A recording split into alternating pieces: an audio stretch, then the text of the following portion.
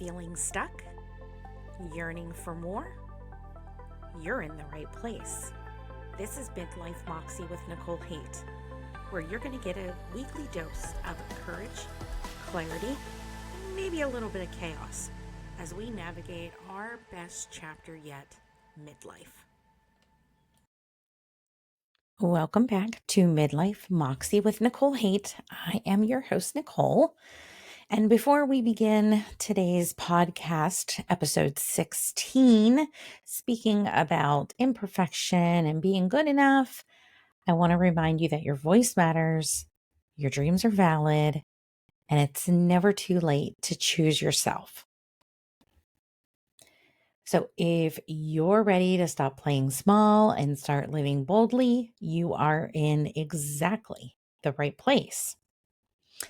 So today we're going to go deep into something that I would like to think might just change your entire relationship with yourself and your life.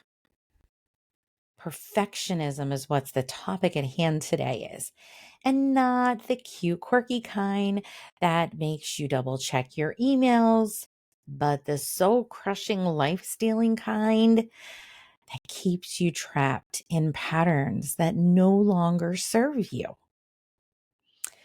The past few episodes, we've had a theme about cultivating courage and having resilience. And I think this topic is the perfect capstone because your perfectionism isn't protecting you anymore. It's stealing you from your life. Let me explain. I have a truth to share with you that might hurt, might even sting a little. Ladies in midlife, we have choices that younger women don't fully grasp yet. We can continue performing perfection for an audience that doesn't actually care, or we can finally start living for ourselves. The choice is yours. I would like to think if you're still listening, today is your choosing to live. So let's start this off by understanding why perfectionism becomes especially challenging for women in midlife. This life stage represents a collision of multiple pressures that can frankly just create a perfect storm. First, there are all the things that we've accumulated by being good girls and conditioned by that culture. And by midlife, women have spent 30, 40 years, maybe 50, perfecting the art of meeting others' expectations as daughters, employees, partners, mothers, aunts, students. You get the drift, right? The perfectionist patterns are deeply ingrained, and they feel like an identity rather than learned human behavior. I see this next step as the great reckoning. It usually begins with a stark awareness of time's finite nature. The perfectionist realizes that decades of seeking external validation hasn't delivered in promised fulfillments. And this can create intense existential anxiety. And asking yourself the question, what if I've been living the wrong life?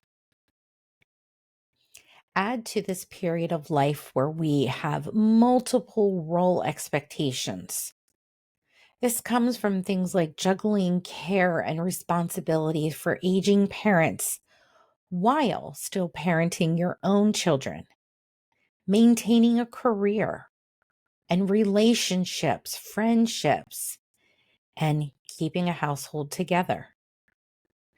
Perfectionism makes it impossible to accept good enough in any area, which then leads to burnout and resentment. The body and energy changes at this stage of life are directly challenging perfectionist self worth that is tied to performance and control.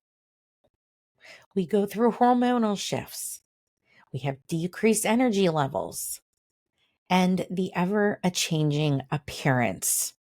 Maybe yours is, why is my midline growing when I haven't changed any of my habits? When the body doesn't cooperate with perfectionist demands, it can trigger deep shame. And then there is the invisibility factor. Society often begins to unsee midlife women, which can intensify perfectionist striving as a way to remain relevant and valuable. And why are all of these particularly damaging at this stage? Unlike younger perfectionist women who still believe someday they'll get it right, midlife perfectionists face the reality of limited time and missed opportunities.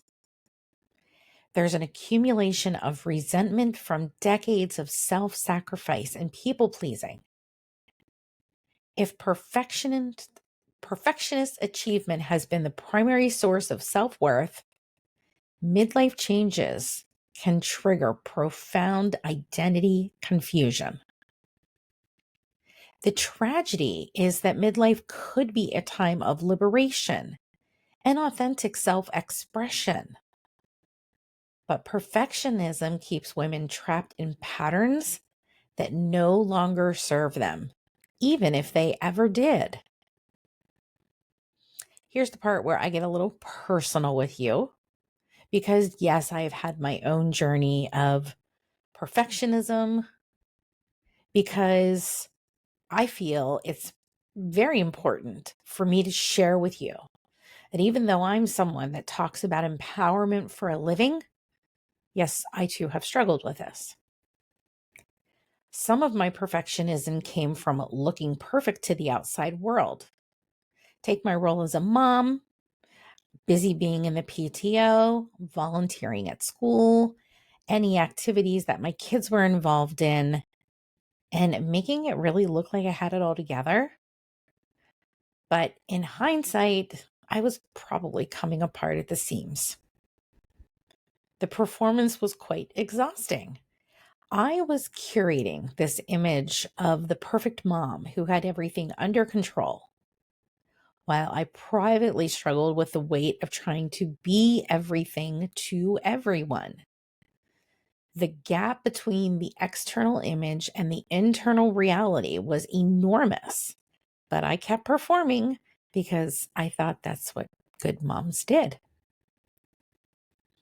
And while I worked in corporate America, I had a quiet confidence about me that I didn't trust or rely on. And that allowed me to fall into the trap of believing others knew more than me because of their years' experience or knowledge. I can now look back and see my own deep lack of trust in myself. And this is what perfectionism does. It teaches us to constantly seek external validation rather than develop the internal knowing. Years of deferring to others and their experience or knowledge can make us forget that our perspective, intuition, and expertise have value too. What strikes me the most about all of these experiences is how perfectionism operates both as a shield and a prison. The perfect mom performance protected me from judgment while simultaneously preventing anyone else from seeing and supporting the real me who might have actually needed help. The professional difference kept me from being wrong while also keeping me small and disconnected from my own internal wisdom. Let me walk you through some of the most common areas that I see midlife women struggling with when it comes to perfectionism, because I want you to recognize these patterns in your own life. Parenting can be one of the biggest perfectionism minefields. It's something that I kind of see as the good mother trap, because midlife women frequently micromanage their teenagers' choices to protect their success records as mothers. They may spiral when their adult children make decisions that they disagree with, or they may compare their family to curated social media versions of other families and feel personally responsible for every challenge that their children face, and struggle with the transition from hands-on parenting to letting go. In career and professional identity, imposter syndrome intensifies as younger colleagues enter the workforce. There's a paralysis around career pivots because she should have figured it out by now. Many women tend to overwork to prove that they're still relevant as they age, taking on excessive responsibilities to maintain their indispensable status, and their struggle with being seen as less innovative or even less tech savvy. Physical appearance and health can become battlegrounds at this age. Women are fighting natural aging processes with expensive treatments and extreme measures. And then they feel like a failure when their body doesn't respond like it used to, comparing themselves heavily to filtered social media images and tie a self-worth to maintaining a certain weight or an appearance standard. They adopt all or nothing approaches to diet and exercise that lead to cycles of restriction and guilt. Home and domestic life turn into performance spaces. Some women feel like their homes must always be company ready, or they may experience stress about hosting the perfect holiday gatherings, not being able to relax in their own space if anything is out of place, while taking on full responsibility for the family's logistics and mental load, then comparing their real home to magazine perfect spaces. Relationships become exhausting maintenance projects. Women become the peacekeeper who manage everyone else's emotions. They people please to avoid conflict, even at a personal cost, and feel responsible when others' happiness and success. They struggle to set boundaries without guilt and maintain exhausting social obligations out of duty rather than desire. And perhaps the most damaging is what I consider to be the having it all performance. It's the meta perfectionism, the need to excel in all of these areas simultaneously. The midlife woman who advances her career while being the perfect mom, maintains a Pinterest-worthy home while managing aging parents, looking 10 years younger while running marathons and volunteering, and never shows stress, anger, or the need for help. Many women also struggle with perfectionism around reinventing themselves. They feel as though they always need the perfect business plan before starting anything, or researching endlessly instead of taking imperfect action, waiting to be qualified enough for opportunities, and fear judgment if they change direction or priorities. The cruel irony is that perfectionism promises control and approval, but often just delivers the opposite: strained relationships, missed opportunities, and chronic exhaustion. The women who appear to have it all together are often the ones struggling most with the impossible standards that they've set for themselves. So, how do you actually make this shift? How do you move from the prison of perfectionism to the freedom of just being good enough? Let me share a few strategies that have been game changers, not only in my life, but also in the lives of clients that I work with. First, we need the progress versus perfection reframe. Instead of the thinking it has to be perfect or it's worthless, shifting your thought to progress is the goal, perfection is the prison. It's a simple reframe that can change everything about how you approach tasks and goals. Start collecting evidence that good enough is good enough. Keeping a daily log of times when good enough actually worked out just fine. Notice when perfectionist efforts didn't improve outcomes significantly. Document the cost of perfectionism: time, energy, relationships, and joy. This evidence becomes powerful ammunition against perfectionist thinking. Using a future self perspective.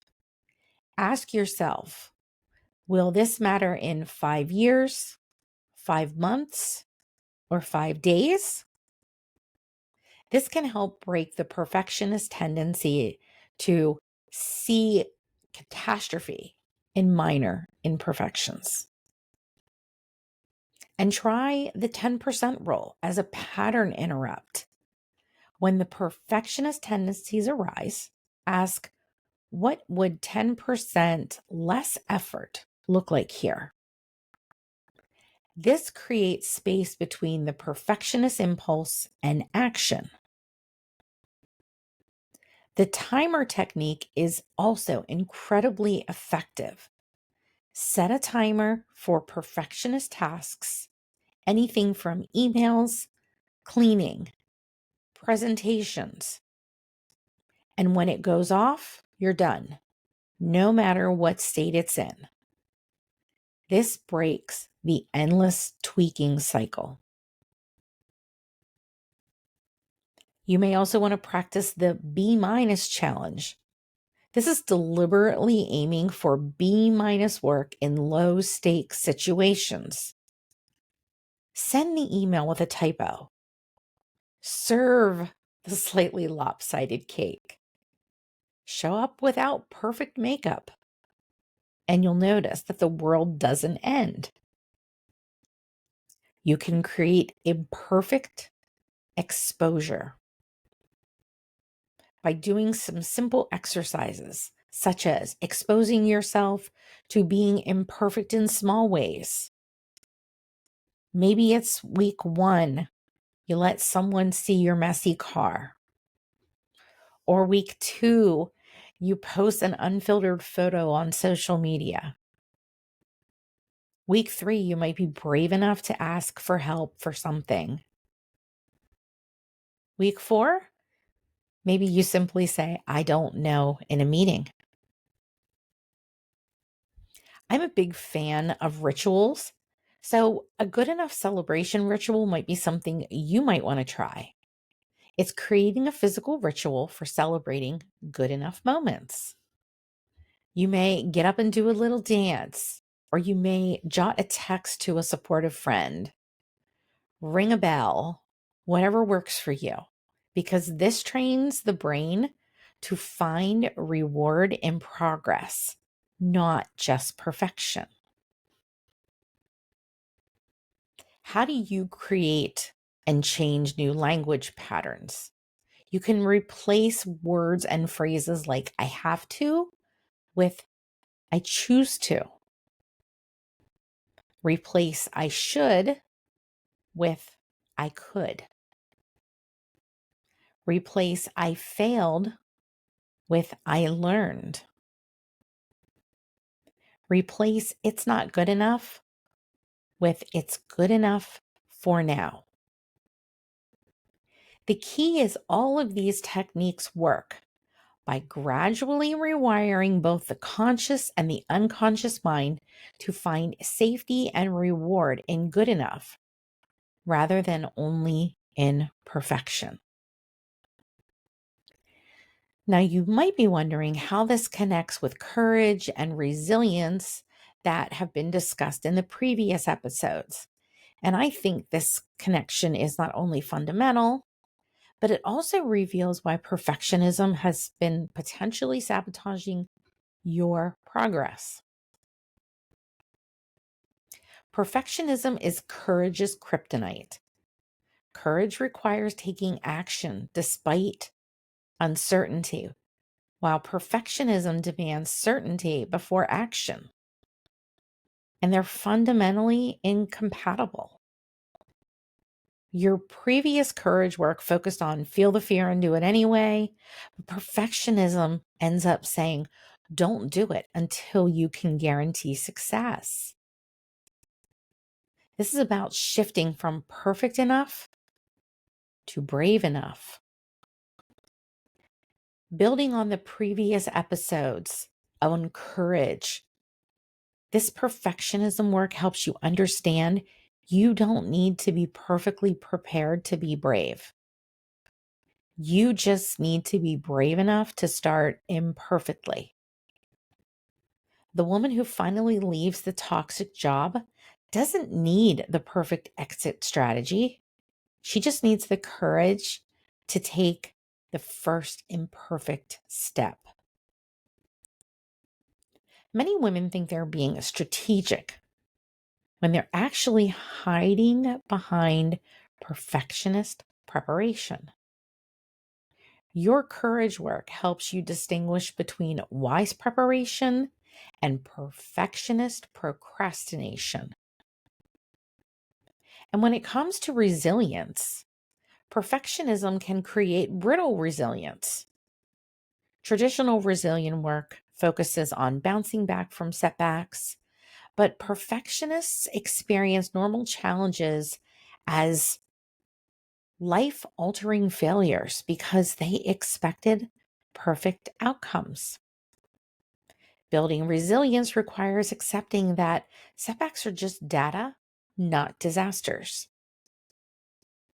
Perfectionists also take longer to bounce back because they get stuck in analysis paralysis, asking themselves questions like, how did I mess up? Or how can I prevent this forever? The good enough approach helps them recover faster by accepting imperfection as inevitable rather than preventable. And there's also the inner critic trinity. It's your inner critic work likely focused on recognizing and challenging your own critical thoughts. But perfectionism gives the inner critic its most powerful ammunition. Impossible standards disguised as reasonable expectations. Here's the escalation pattern. The inner critic sets impossible standards, which then leads to perfectionism, which creates inevitable failure, which then triggers harsh self-criticism, which strengthens the inner critic. I would like to think that talking about this breaks the cycle by attacking perfectionism directly. When you work on all of these areas together, courage, resilience, perfectionism, inner critic management, you create imperfect momentum.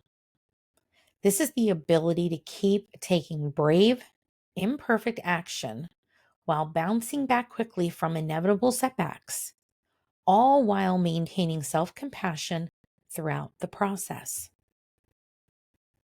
The beautiful integration is you can be brave enough, resilient enough, and kind enough to yourself. You don't have to be perfect enough. What lies at the heart of everything that I have talked about so far? Perfect isn't a standard to meet, it's a prison to escape. The most perfect thing you can do in midlife is finally be authentically, messily, courageously yourself. Think about the women that you most admire. I guarantee it's not because they never made mistakes or they always look flawless. You admire them because they showed up fully, took risks, spoke their truth, and lived with passion, all inherently imperfect acts. So let's do a time reality check. Because in all reality, you probably have fewer years ahead of you than behind you. Do you really want to spend what time you have left waiting on being ready enough to start a new business? Or hiding parts of yourself to maintain some performance? Or exhausting yourself trying to control outcomes that you just can't control? Maybe you're even missing authentic connections because you're too busy appearing perfect. Let me redefine perfect for midlife, because I see perfect in midlife as perfect honesty about what you actually want. Perfect boundaries that protect you and your energy for what matters. Perfect courage to disappoint people who expect your compliance. Perfect timing, which is now, not when you feel ready. And here's a question that I see as a legacy question to ask yourself. What do I want to be remembered for? The woman who always had a clean house and never made waves? Or the woman who lived fully, loved deeply, and gave herself permission to be human? You don't need permission to change your mind about what matters, to prioritize your needs over others' comfort, to be too much for people who prefer you to stay small, or to start over, mess up, and figure it out as you go. The most perfect thing you can do is give yourself perfect permission to be imperfect. Your mistakes, your struggles, your failures aren't bugs in your system. They're features of a life that has been fully lived. They're what make you human, relatable, and real. The women who change the world aren't perfect ones. They're the brave ones who just show up anyway, scars and all, and give other women the permission to do the same. So here's your challenge for this week. I want you to approach this with playfulness rather than pressure, because that's the point. Choose one area of your life where perfectionism has been holding you back. Practice the good enough approach in that area. If it's your home, leave one room slightly messy and notice that the world doesn't end. If it's work, send an email without triple checking it. If it's your appearance, go somewhere without perfect hair or makeup. And if it's parenting, let your kids see you made a mistake and handle it with grace. Each day, practice the 10% rule. When you catch yourself in perfectionist mode, ask, what would 10% less effort look like here? And then do that instead. Keep a good enough log. Write down each time you choose progress over perfection and note what happened.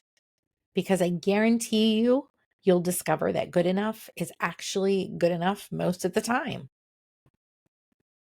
And finally, create your own good enough celebration ritual. Maybe it's pulling up your favorite song or texting that friend who is supportive of you. Celebrate every time that you choose to be imperfect, because that's actually the most perfect choice you can make. And as I wrap up today, I want to leave you with this truth. Stop waiting for permission to be imperfect. Start living. Because done is better than perfect, and lived is better than performed. You are not here to be perfect. You are here to be real, to be brave, to be authentically yourself in all your messy, beautiful humanity. The world doesn't need another perfect woman. The world needs you exactly as you are, with all your imperfections, your struggles, and your beautiful humanity showing. Until next episode, remember that your voice matters, your dreams are valid, and you have permission to be beautifully, courageously imperfect. Until next week, I will see you then. Before you go, I want to make sure that you know how to stay connected to this work, because what we have talked about today, this is just the beginning. If you're sitting there thinking, holy shit, she just described my entire life, and you want to know exactly what patterns are running the show in your life, I've created something specifically for you. You can head on over to my website, www.nicolehaight.com, and take the assessment, which sacred pattern is running your midlife. It's a free diagnostic tool that will tell you exactly where you are in your own conditioning and what your next steps should be. There's no fluff, no generic advice, just precise information about your specific patterns. Because here's the thing, you can't interrupt what you can't see. And most women are trying to change their lives without understanding the deeper nervous system conditioning that is actually driving their choices.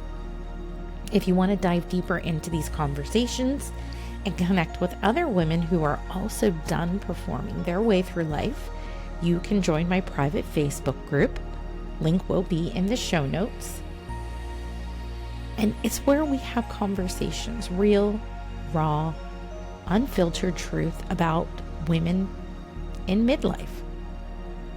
And if you want to be on my VIP list for weekly doses of truth that maybe help keep you accountable to your own transformation, there is a link in the show notes, but there's also a link at my website, www.nicolehaight.com, where you can sign up to be on my email list. This isn't a typical newsletter filled with tips and inspiration, though I do include that from time to time. This is a newsletter where I share hard truths, insights, raw, unfiltered things that are just not socially acceptable on social media. And these awarenesses that you can take away from what I share can be a catalyst for change. So I invite you to sign up. And if you're ready to go even deeper, because you might be tired of all of this surface level work and you really want a whole system level transformation, everything you need to know about working with me is on my website, www.nicolehaight.com. I'm not a coach, and this isn't coaching, and it's not therapy, and it's sure as hell not spiritual bypassing. This is a resurrection of the nervous system. And this is for the woman who is ready to stop performing and start living. You can also follow me on Instagram, Threads, and YouTube at I am Nicole Haight, where I share reminders about conditioning and women and midlife, confronting truths and desires that are just frankly not up for negotiation. So next week, we will continue to have discussions that likely will make some of you squirm. It is what I'm best at. But if this episode shifted something for you, do me a favor and leave a review. Not because I need an ego boost, but because there are women out there who are Googling, why do I feel invisible in my own life at 2 a.m.? And your review might be what helps them find this podcast. Your review could also be the breadcrumb that leads another woman out of performance prison and into her own resurrection. So until next week, remember, you don't need permission to want what you want. You never did. That was just conditioning dressed up as consideration. You're a woman in midlife. You don't need permission. You just need to have desires and wants and the ability to go after all of them. So stop asking and start claiming.